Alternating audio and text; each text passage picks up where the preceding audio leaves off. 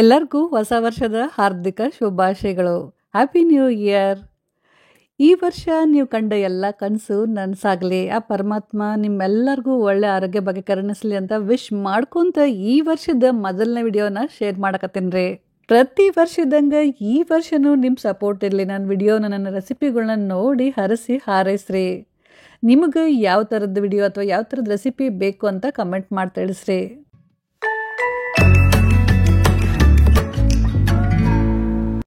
ಇದು ಸಜ್ಜಿ ಉಂಡೆ. ಸಜ್ಜಿ ರೊಟ್ಟಿ ಮಾಡ್ತೀವಲ್ರಿ, ಅದ ಸಜ್ಜಿ.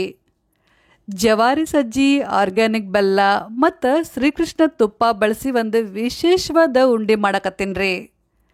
ಇದ್ರ ರುಚಿ ಅಂತೂ ಅದ್ಭುತ ಅಂತಲೇ ಹೇಳ್ಬೋದು. ದಸರಾ ದೀಪಾವಳಿ ಟೈಮಿಗೆ ಟಿವ್ಯಾಗ ಬೇರೆ ಬೇರೆ ಒಂದು 4-5 ಥರದ್ದು ಅಡುಗೆ ಸ್ಪರ್ಧೆ ನಡೆದಿದ್ದವು ರೀ. ಅದ್ರಾಗ ಒಂದು ಹೊಸ ರುಚಿ ಅಂತ, ಸಿಹಿಕೈ ಚಂದ್ರು ಅವ್ರದ್ದೊಂದು ಹೊಸ ರುಚಿ ಅಂತೇಳಿ ಅಡುಗೆ ಸ್ಪರ್ಧೆ ನಡೆದಿತ್ತು. ಅದ್ರಾಗ ನಾನು ಪಾರ್ಟಿಸಿಪೇಟ್ ಮಾಡಿದ್ದೆ ರೀ. ಅಲ್ಲೇನಿತ್ತಪ್ಪ ಅಂತಂದ್ರೆ, ಶ್ರೀಕೃಷ್ಣ ತುಪ್ಪ ಬಳಸಿ ಮನ್ಯಾಗ ಕೂತ್ಕೊಂಡು ನಾವು ಏನಾರ ಒಂದು ವಿಡಿಯೋ ಮಾಡಿ, ರೆಸಿಪಿ ಮಾಡಿ, ವಿಡಿಯೋ ಮಾಡಿ ಅದನ್ನು ಅವ್ರಿಗೆ ಕಳಿಸ್ಬೇಕಾಗಿತ್ತು. ನಾನು ಒಂದು ಉಂಡಿ ರೆಸಿಪಿ ಮಾಡಿ, ನಮ್ಮದು ಹಳೇದು ಟ್ರೆಡಿಷ್ನಲ್ ಉಂಡಿ ರೆಸಿಪಿ ಇರುತ್ತಲ್ಲ, ಅದು ಮಾಡಿ ವಿಡಿಯೋ ಮಾಡಿ ಕಳಿಸಿದ್ದೆ. ಸ್ವಲ್ಪ ದಿನ ಆದಮೇಲೆ, ಅಂದ್ರೆ ಒಂದು ತಿಂಗಳು ಆದಮೇಲೆ ಅವ್ರ ಕಡೆಯಿಂದ ಕಾಲ್ ಬಂತು. ನೀವು ಗೀತಾ ಅವರ ಈ ಥರ ನಿಮ್ಮದು ರೆಸಿಪಿ ಸೆಲೆಕ್ಟ್ ಆಗಿದೆ ಅಂತ ಹೇಳಿದರು. ಅದಕ್ಕೆ 40 ಜನ ನಾವು ಶಾರ್ಟ್ ಲಿಸ್ಟ್ ಮಾಡೀವಿ, ಅದರಲ್ಲಿ ನಿಮ್ಮ ರೆಸಿಪಿನೂ ಸೆಲೆಕ್ಟ್ ಆಗಿದೆ ಅಂತಂದು, ನಿಮ್ಗೆ ಬಹುಮಾನ ಬಂದಿದೆ ಅಂತಂದರು. ಏನು ಬಹುಮಾನ ಸರ್ ಅಂತ ಕೇಳಿದೆ. ಒಂದಿನ ನಾವು ಮೈಸೂರು ಟ್ರಿಪ್ ಇಟ್ಟಿದ್ದೀವಿ, ಯಾರೆಲ್ಲ ಗೆದ್ದಿರಲ್ಲ ಅವರಿಗೆಲ್ಲ ಮೈಸೂರು ಟ್ರಿಪ್ ಇಟ್ಟಿದ್ದೀವಿ, ನೀವು ಬರಬೇಕಾಗತ್ತೆ, ಇಲ್ಲಿ ಬೆಂಗಳೂರಿಗೆ ಬರಬೇಕಾಗತ್ತೆ, ಬೆಂಗಳೂರಿಂದನೇ ನಾವು ಬಸ್ ಮಾಡಿದ್ದೀವಿ, ಮೈಸೂರು ಟ್ರಿಪ್ ಕರ್ಕೊಂಡು ಹೋಗ್ತಾ ಇದ್ದೀವಿ ಅಂತಂದರು. ಅದಕ್ಕೆ ನಾನು ಅಂದೆ, ನಾನು ನಿಮಗೆಲ್ಲ ಗೊತ್ತಲ್ಲ, ನಾ ಇರೋದು ಮಣಿಪಾಲ್ದಾಗ, ಬಟ್ ನನಗೆ ಅವಾಗ ಆರಾಮಿರಲಿಲ್ಲ ರೀ, ಜ್ವರ ಬಂದಿತ್ತು ಭಾಳ. ಅವ್ರಿಗೆ ಅಂದೆ ಯಾವಾಗ ಬರಬೇಕಂತ, ಇನ್ನು 2-3 ದಿನದಲ್ಲೇ ಬರಬೇಕಂತಂದರು. ಬಟ್ ನಂಗೆ ಹುಷಾರಿಲ್ಲ ಸರ್, ಬರೋಕ್ಕಾಗಲ್ಲ, ತುಂಬ ಇದಾಗುತ್ತೆ ಅಂದರೆ. ನೋಡಿ ಮೇಡಮ್, ಒಳ್ಳೆ ಅವಕಾಶ ಇದೆ, ಬಂದರೆ ಒಳ್ಳೆಯದಾಗುತ್ತೆ, ಟ್ರೈ ಮಾಡಿ ಅಂತಂದರು. ಸರಿ ಸರ್, ಟ್ರೈ ಮಾಡ್ತೀನಿ. ಅಕಸ್ಮಾತ್ ನಾವು ಬರಲಿಲ್ಲ ಅಂತಂದರೆ ಹೇಗೆ ಅಂತಂದೆ. ಅವರು ಬರಲಿಲ್ಲ ಅಂದರೆ ಯಾರೆಲ್ಲ ಬರ್ತಾ ಇಲ್ಲ ಅವ್ರಿಗೆ ಏನಾದರೂ ಒಂದು ನಾವು ಆಮೇಲೆ ಬಹುಮಾನ ಮನೆಗೇ ನಾವು ನಿಮ್ಮ ವಿಳಾಸಕ್ಕನ್ನು ಕಳಿಸ್ತೀವಿ ಅಂತಂದರು. ಸರಿ, ಟ್ರೈ ಮಾಡ್ತೀನಿ ಅಂತಂದೆ. ಬಟ್ ನಂಗೆ ಆಮೇಲೆ ಆಗಲಿಲ್ಲ ರೀ, ಭಾಳ ಆರಾಮಿಲ್ಲತ್ತು. ಹಾಸ್ಪಿಟ್ಲು ಚೆಕಪ್ಪು, ಟೆಸ್ಟು ಅಂತೆಲ್ಲ ಇದೇ ನಡೀತಾ ಇತ್ತು, ಹೋಗೋಕ್ಕಾಗಲಿಲ್ಲ. ಹಾಗಾಗಿ ಒಳ್ಳೆ ಅವಕಾಶನ ನಾನು ಮಿಸ್ ಮಾಡಿಕೊಂಡೆ. ಬಟ್ ಏನೋ ಒಂದು ಪಾರ್ಟಿಸಿಪೇಟ್ ಮಾಡಿದ್ದೆ, ಅದು ನಾನು ಸೆಲೆಕ್ಟ್ ಆಗಿತ್ತಲ್ಲ ಅಂತ ತುಂಬ ಖುಷಿ ಆಯಿತು. ಆ ರೆಸಿಪಿನ ಇವತ್ತು ನಿಮ್ಮ ಜೋಡಿ ಶೇರ್ ಮಾಡಕತ್ತೀನಿ. ಆಮೇಲೆ ಅವ್ರು ನಂಗೆ ಮೊನ್ನೆ ತಾನೇ ಒಂದು ಬಹುಮಾನ ಕಳಿಸಿದ್ರು, ಸಣ್ಣದೊಂದು ಸಣ್ಣ ಗಿಫ್ಟ್ ಇದೆ, ಒಂದು ನಾನ್ ಸ್ಟಿಕ್ ಒಂದು ಸಣ್ಣ ಕಡಾಯಿ ಐತೆ ಅಷ್ಟೇ. ಬಟ್ ಗಿಫ್ಟ್ ಎಷ್ಟೇ ಚಿಕ್ಕದಿರಲಿ ಏನೇ ಇರಲಿ, ಬಟ್ ನಾನು ಪಾರ್ಟಿಸಿಪೇಟ್ ಮಾಡಿದ್ದು ನಂಗೆ ಭಾಳ ಖುಷಿಯಾಗೈತಿ. ಆ ರೆಸಿಪಿನ ನಿಮ್ಮ ಜೋಡಿ ಇವತ್ತು ಶೇರ್ ಮಾಡಕತ್ತೀನಿ. ವಿಡಿಯೋನ ಪೂರ ನೋಡ್ರಿ, ನಿಮಗೆ ಹೆಂಗೆ ಅನ್ನಿಸ್ತಪ್ಪ ಅಂತೇಳಿ ಪ್ಲೀಸ್ ಕಮೆಂಟ್ ಮಾಡಿ ತಿಳಿಸ್ರಿ. ಈ ಕಡೆ ನಮ್ಮ ಸಜ್ಜಿ ನೋಡ್ರಿ ಪೂರ ಒಣಗ್ಯಾವು. ನೆಕ್ಸ್ಟ್ ಈಗ ಒಂದು ಕಡಾಯಿ ಬಿಸಿ ಮಾಡೋಕ್ಕಿಟ್ಟು, ಇದು ಚಲೋ ತಂಗೆ ಬಿಸಿ ಆದಮೇಲೆ ಸಜ್ಜಿ ಹಾಕಕತ್ತೀನಿ ರೀ. ಒಮ್ಮೆ ಎಲ್ಲ ಸಜ್ಜಿ ಹಾಕಬಾರ್ದು, ಸ್ವಲ್ಪ ಹಾಕಿ ಹುರಿಬೇಕು. ಒಂದು 2 ನಿಮಿಷ ಹುರಿದ್ಮೇಲೆ ಸಜ್ಜಿ ನೋಡ್ರಿ ಹಿಂಗೆ ಸಿಡ್ಯಾಕೆ ಶುರು ಆಗ್ತಾವು. ಅವಾಗ ಹೈ ಫ್ಲೇಮ್ನಾಗ ಕೈ ಬಿಡ್ಲಾರ್ದ ಹಿಂಗೆ ತಿರ್ಕೋಂತ ಇರಬೇಕು, ಗ್ಯಾಸ್ನ ಸಣ್ಣ ಮಾಡಬಾರ್ದು. ಶಬ್ದ ಪೂರ ಬಂದಾಗಬೇಕು. ಸಜ್ಜಿ ಕಲರ್ ಚೇಂಜ್ ಆಗ್ತೈತಿ ಮತ್ತು ಸಜ್ಜಿ ಸ್ವಲ್ಪ ಉಬ್ಬುತ್ತಾವು.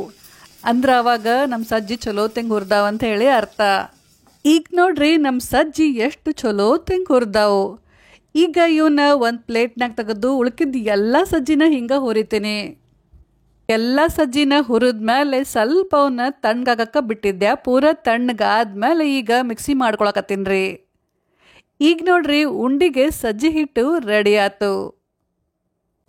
ಒಂದು ಪರಾತ್ ತಗೊಂಡು ಇದ್ರಾಗ ಈ ಸಜ್ಜಿ ಹಿಟ್ಟನ್ನ ಜರಡಿ ಮಾಡಕತ್ತೀನಿ ರೀ.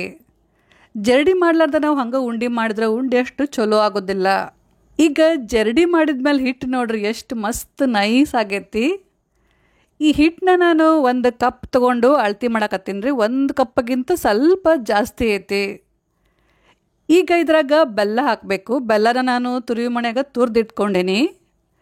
ಇದು ನಮ್ಮ ಉತ್ತರ ಕರ್ನಾಟಕ ಸ್ಪೆಷಲ್ ಕರಿ ಬೆಲ್ಲ, ಅಂದ್ರೆ ಆರ್ಗ್ಯಾನಿಕ್ ಜಾಗ್ರಿ. ಅದ ಕಪ್ಲೆ ಒಂದು 3/4 ಕಪ್ಪಷ್ಟು ಬೆಲ್ಲನ ಅಳತೆ ಮಾಡಿ ಹಾಕಕತ್ತೀನಿ. ಬೆಲ್ಲ ಮತ್ತು ಸಜ್ಜಿ ಹಿಟ್ಟನ್ನ ಚಲೋ ತಂಗೆ ಕೈಲೇ ಒತ್ಕೊಂತ ಮಿಕ್ಸ್ ಮಾಡಬೇಕು. ಎಲ್ಲ ಚಲೋ ತಂಗೆ ಮಿಕ್ಸ್ ಮಾಡಿದ್ಮೇಲೆ ಈಗ ಇದನ್ನು ಒಂದು ಮಿಕ್ಸಿ ಜಾರೊಳಗೆ ಹಾಕಕತ್ತೀನಿ. ಸ್ವಲ್ಪ ಒಂದು 15-20 ಸೆಕೆಂಡ್ ಇದನ್ನು ಮಿಕ್ಸಿ ಮಾಡ್ಕೊಂಡು ಬರ್ತೀನಿ. ಇದ್ರ ಜೋಡಿ ಸ್ವಲ್ಪ ಒಂದು 4-5 ಏಲಕ್ಕಿ ಹಾಕಕತ್ತೀನಿ ರೀ.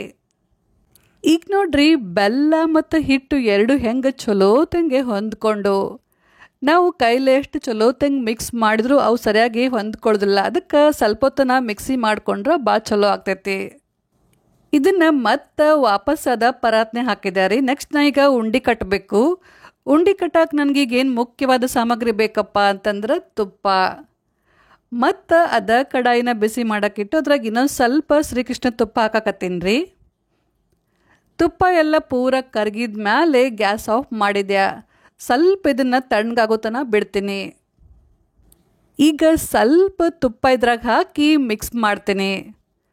ಇಲ್ಲಿ ಒಂದು ವಿಷಯ ಏನು ಲಕ್ಷ್ಯ ಇಡಬೇಕಪ್ಪ ಅಂತಂದ್ರೆ ತುಪ್ಪ ಬಿಸಿ ಇರಬಾರ್ದು ಮತ್ತು ಒಮ್ಮೆ ಭಾಳಷ್ಟು ತುಪ್ಪ ಹಾಕಬಾರ್ದು. ಸ್ವಲ್ಪ ತುಪ್ಪ ಹಾಕೋ ಅಂತ ಮಿಕ್ಸ್ ಮಾಡ್ಕೋ ಅಂತ ಹೋಗಬೇಕು.